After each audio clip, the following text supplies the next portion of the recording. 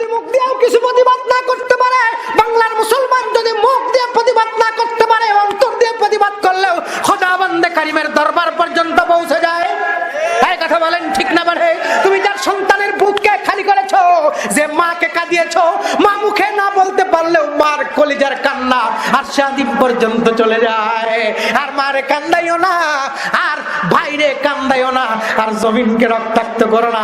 এখনো সময় আছে, ফেরো শয়তানের শৃঙ্খল থেকে আবদ্ধ হয়ে একমাত্র খোদাবন্দে কারিমের শৃঙ্খল লা ইলাহা ইল্লাল্লাহর শৃঙ্খলে আবদ্ধ হয়ে যাও। আল্লাহু আকবার।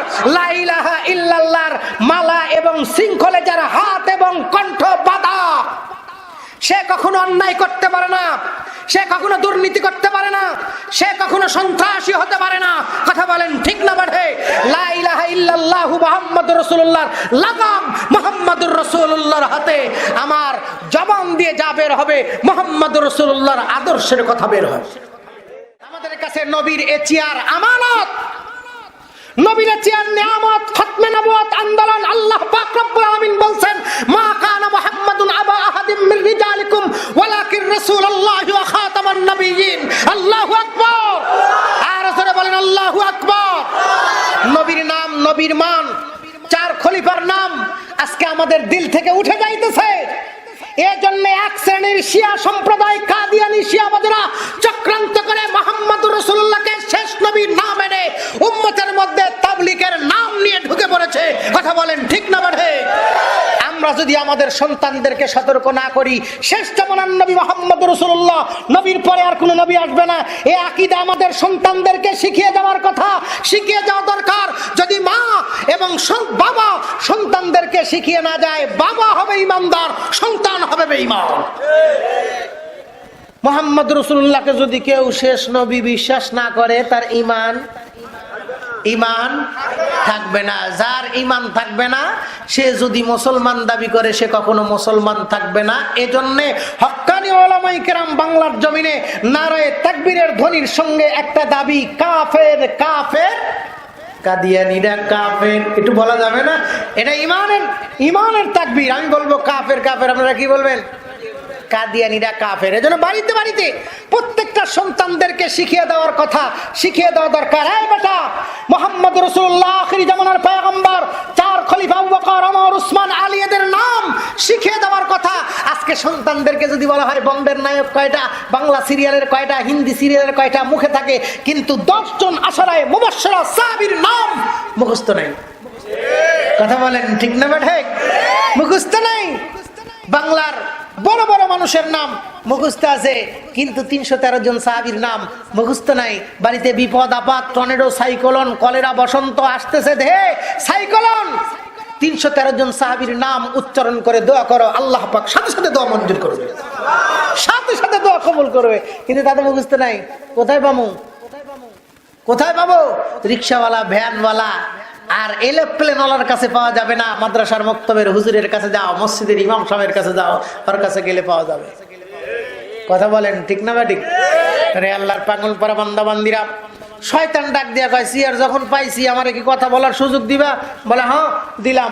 শয়তান এবার ডাক দিয়া কয়, ভাইয়ের আমার, আমি তোমাদের দলেরই লোক, তোমরা যেই মহান কাজের দায়িত্ব নিছো, আমিও সেই মহান কাজে আঞ্জাম দিতে চাই, কিন্তু আমার শক্তি নাই, সাহস নাই। তবে হ্যাঁ, আমার কাছে টাকা আছে। কি আছে? টাকা আছে। আজকেও শয়তান চক্রান্ত করে ওই দিন যেমন মক্কাতুল মুকাররমায় তাবলীগের দাওয়াত, তাবলীগের মিশন, দাওয়াত তাবলীগের মহান আমির, কিয়ামত পর্যন্ত যিনি আমির মুহাম্মদ রাসূলুল্লাহ সাল্লাল্লাহু আলাইহি ওয়াসাল্লামকে তাবলীগ বন্ধ করার জন্য যে চক্রান্ত করেছিল, আজও ইহুদি খ্রিস্টানরা শয়তানের পামে চক্রান্ত করে আজও তাবলীগের মধ্যে ফিতনা ছড়াইছে। আল্লাহ পাক এদের হাত থেকে আমাদেরকে হেফাজত করুন, বলেন আমিন। আরো জোরে বলেন আমিন। রে আল্লাহর পাগল পারা বান্দা বান্দিরা, শয়তান ডাক দিয়া কয়, কি চিন্তা ভাবনা করছি? কয় চিন্তা ভাবনা হলো মুহাম্মদকে দেশ থেকে তাড়ায় দেব। শয়তান ডাক দিয়া বলে, মুহাম্মদকে যদি তাড়ায় দাও, অন্য দেশে যায় দল গঠন করে আবার একদিন ফিরে আসতে পারে, এই জন্য তাড়ায় দেওয়া যাবে না। তাহলে কি করা যায়? শয়তান কয়, ভারে আর একজনের মত একটু নেই। আর একজনকে ডাক দিয়ে কয়, বলো তো কি করা যায়? কয়, মুহাম্মদকে জেলের মধ্যে বন্ধ করে রাখেন। শয়তান কয়, তোর বুদ্ধি আছে রে? তোর তো কিছুই বুদ্ধি নেই, কি এর জ্ঞানী তুই? মোহাম্মদকে যদি জেলখানার মধ্যে বন্ধ করা হয়, এই মক্কার জমিনে একজন মানুষ জন্মগ্রহণ করছে, ওমর ইবনুল খাত্তাব। ওমর ইবনুল খাত্তাব, শয়তানের চোখে ওমর হলো বদমায়েশ। আজও কাদিয়ানি শিয়াবাজদের মেজাজে ওমর বদমায়েশ। নাউজুবিল্লাহ কোন, আরো জোরে কোন নাউজুবিল্লাহ, আরো জোরে কোন না নাউজুবিল্লাহ। এই জন্য এই বদমায়েশরা এদের এক গোষ্ঠীর ইমামে আজম আবু হানিফা রাহমাতুল্লাহ আলাইহি বর্ণনা করছেন যে আল্লাহর রাসূলের সময় এরকম একজন লোক দুইটা ঘোড়া পালছিল, একটার নাম ওমর, একটার নাম আবু বকর। ঘোড়া পালছে। ইমাম আবু হানিফা সাহেব রাহমাতুল্লাহ আলাইহি বলেন, তিনি কে? আবু হানিফা বুদ ইমামে বাসফা, আবু হানিফা উম্মতানে মুজতাবা। আল্লাহু আকবার। আবু হানিফা বুদ ইমামে বাসফা, আবু হানিফা উম্মতানে মুজতাবা। যদিও জমিনের থেকে চলে গেছে, মরে নাই। কি হয় নাই? মরে নাই। নাহারগেজ মৌত বাসদ আম্বিয়ারা, নাহারগেজ মৌত বাসদ আম্বিয়ারা, নাহারগেজ আউলিয়া ও আসফিয়ারা, নূরে হক জাহির বুদে আন্দার ওলি, লেকে পিপাসি আগার সাহেব দিলি। আল্লাহু আকবার, আল্লাহু আকবার। রে আল্লাহর পাগল পারা বান্দা বান্দিরা, আবু হানিফা সাহেব দুনিয়ার জিন্দেগি থেকে স্থান বদল করে চলে গেছে, কিন্তু তার কথা এখনো বিরাজমান। রে আল্লাহর পাগল পারা বান্দা বান্দিরা, মুহাম্মদুর রাসূলুল্লাহ সাল্লাল্লাহু আলাইহি ওয়াসাল্লামকে মারবার জন্য, মুহাম্মদুর রাসূলুল্লাহকে মারবার জন্য শয়তান দারুন নাদবার মধ্যে এসে ডাক দিয়ে বলতেছে, আবু জেহেল, তোমাদের পরিকল্পনায় চলবে না, কি করা যায়? শয়তান ডাক দিয়ে কয়, তোমরা যতগুলো মানুষ আসছো তরবারি দাঁড় দিয়া মুহাম্মাদের বাড়ি বেষ্টন করো। এই মুহূর্তে মক্কা নগরীতে কেউ নাই, 3 জন মানুষ ছাড়া মুসলমান, মাত্র 3 জন। একজন আবু বকর, একজন আলী, আর একজন মুহাম্মদুর রাসূলুল্লাহ। আলী ঘুমায় মুহাম্মদুর রাসূলুল্লাহর ঘরে, আর আবু বকর ঘুমায় তার ঘরে। মুহাম্মদ যেন আবু বকরকে খবর না দিতে পারে, টেলিফোন নাই, মোবাইল নাই। অতএব অতর্কিত ভাবে মুহাম্মাদের ঘর আক্রমণ করতে হবে। প্রস্তুত আছো কিনা? বলে কখন? বলে আজকেই, আজকেই, এই মুহূর্তে যাইতে হবে। চলো, বলছে তো 100 যুবক তৈরি হয়ে গেছে মুহাম্মদ রাসূলুল্লাহর বাড়ি বেষ্টন করার জন্য। এই সফরের চাঁদের 26 তারিখ দিবাগত রাত্রিতে আমার দয়ার নবী মুহাম্মদ রাসূলুল্লাহ সাল্লাল্লাহু আলাইহি ওয়াসাল্লাম মের বাড়ি আক্রমণ করেছিল ওই লাত, মানাত, হবল, উজ্জা আর আবু জেহেলের এতাআতি গোষ্ঠীরা। কথা বলেন ঠিক না বাড়ে? আবু জেহেলের কথা মতো বাড়ি ঘেরাও করছিল। আসলে আবু জেহেলের বুদ্ধি না, বুদ্ধি ছিল শয়তানের। বুদ্ধি কার? বুদ্ধি কার? এখনো দেশের মধ্যে যত কিছু হয় এই বুদ্ধি দেখে, বুদ্ধি দেখে শয়তান। তবে শয়তানও আল্লাহর কাছে কবে, আল্লাহ ওরা যে আমার দোষ দেয়, ওরা কি তোমার সামনে এসে প্রমাণ দিয়ে পারব? হুজ্জাতুল ইসলাম ইমাম গাযালি রাহমাতুল্লাহ আলাইহি বলেন, হাশরের ময়দানে শয়তান প্রত্যেকটা উম্মতের বিরুদ্ধে কেস আপিল করবে। ডাক দিয়ে বলবে, আল্লাহ ও যে আমারে দোষ দিছিল, ও কোনোদিন দেখছে আমারে? সেদিন আপনি বলতে পারবেন আল্লাহ দেখছি শয়তানকে? কি কারণ বলতে পারবেন? মেয়েদের সম্পর্কে কমু তো হুজুর, অত দোষ দেবে বেরি নেই, জামু তো নিয়ত করছি ইনশাআল্লাহ। কি করে? কি যেন কমেন্ট নিয়েছিলাম মনে আছে? শয়তান বলবে, আল্লাহ তুমি আমারে জেল দাও, ফাঁসি দাও এবং জাহান্নামে দাও, কোনো আপত্তি নাই, কিন্তু ওই বেটা যে আমার দোষ দিল, ওর লগে কোনোদিন আমি সেলফি উঠছি? ও তো সেলফি উঠছে ওর ডার্লিং এর সঙ্গে। কথা কেন ঠিক না? ওই যে আপনার মেলান্দা, ওই যে ব্রিজ হচ্ছে না হাজরাবাড়ি পার হয়, রাত 9টায় আসতেছি, তাও দেখি 3-4 জন গলা লাগা দিতে খিচ মেরি ফটো ছবি তুলতেছে, ছবি তুলতেছে। শয়তান কবে, দেখা তুই একটা প্রমাণ যে আমি ওর সাথে আছিলাম, আমি ওর সাথে জেনায় গিয়েছি, আমি ওর সাথে ক্যাসিনোয় গিয়েছি, আমি ওর সঙ্গে ওকে সঙ্গে করে নিয়ে মানুষ হত্যা করেছি, আপনারকে হত্যা করেছি, অমুককে হত্যা করেছি।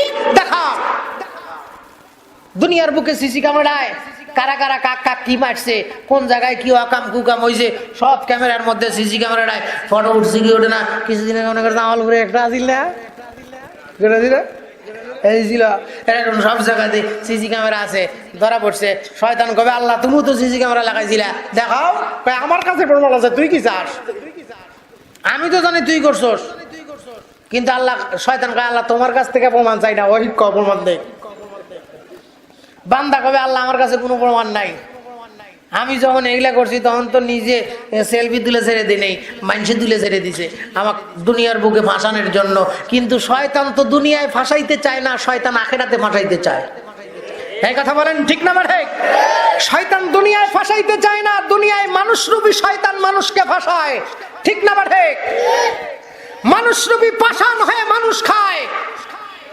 একটা কুকুর আর একটা কুকুরকে খায় না, স্যালেন্ডার করলে ছেড়ে দেয়, অথচ মানুষ স্যালেন্ডার করলেও ছাড়ে না। মারিস না ভাই, মারিস না, এরপরেও চালায় দিছে চুরি। কথা বলেন ঠিক না ঠিক? তুই যে একটা মানুষ মারো, আল্লাহ কি আমাদের ময়দানে কবে তুই জোরে মারছস, এটা জান বানায় দে, মানুষটা আবার ভালো করে দে।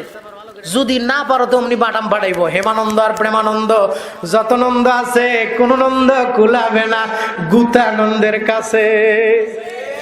বাঁকা লোহা সোজা করে কামার আপনেতে পুড়িয়ে, মুসলমানকে মাওলা সোজা করবে কাফনেতে জড়িয়ে। आज भी जाना कल भी जाना, जाना तू एक दिन ही है, चल मुसाफिर रास्ता बहुत दूर है। রাস্তা কিন্তু কাছের নয়, রাস্তা কিন্তু বহুত দূরের। এই বহুত দূরের পথে যাইতে ভয় আছে না নাই? ভয় আছে না নাই? নবী আমার ঘরের মধ্যে, নবীর কোনো ভয় নাই। এরপরেও কিছুক্ষণ পর নবী আমার খবর পায়, জিব্রাইলের মারফত রুহুল আমিন জিব্রাইল এসে ডাক দিয়া কয়, আসসালাতু ওয়াসসালামু আলাইকা ইয়া রাসূলুল্লাহ। নবী আমার চেতন পায়, দেখে জিব্রাইল।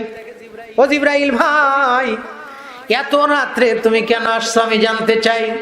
জিব্রাইল ডাক দিয়া কয়, নবী একটু তাকায় দেখেন। নবী আমার বাহিরের দিকে তাকায় দেখতে পাই, যেই মক্কার মানুষগুলো নবীরে আদর করছে, নবীরে ভালোবাসছে, আজকে সেই মানুষগুলো তরবারি নিয়ে নবীর বাড়ির বেষ্টন করে আসছে। নবীর চোখের মধ্যে পানি।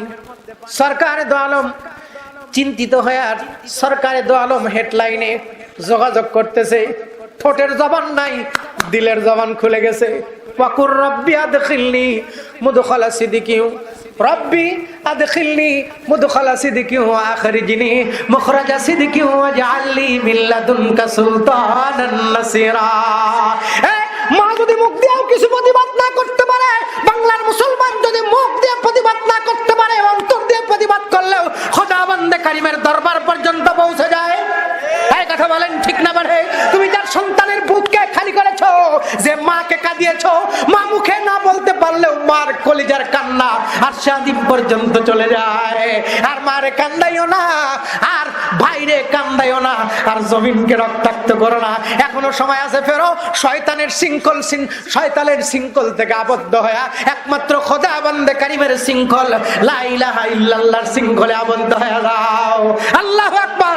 লা ইলাহা ইল্লাল্লাহর মালা এবং শৃঙ্খলে যার হাত এবং কণ্ঠ বাঁধা, সে কখনো অন্যায় করতে পারে না, সে কখনো দুর্নীতি করতে পারে না, সে কখনো সন্ত্রাসী হতে পারে না।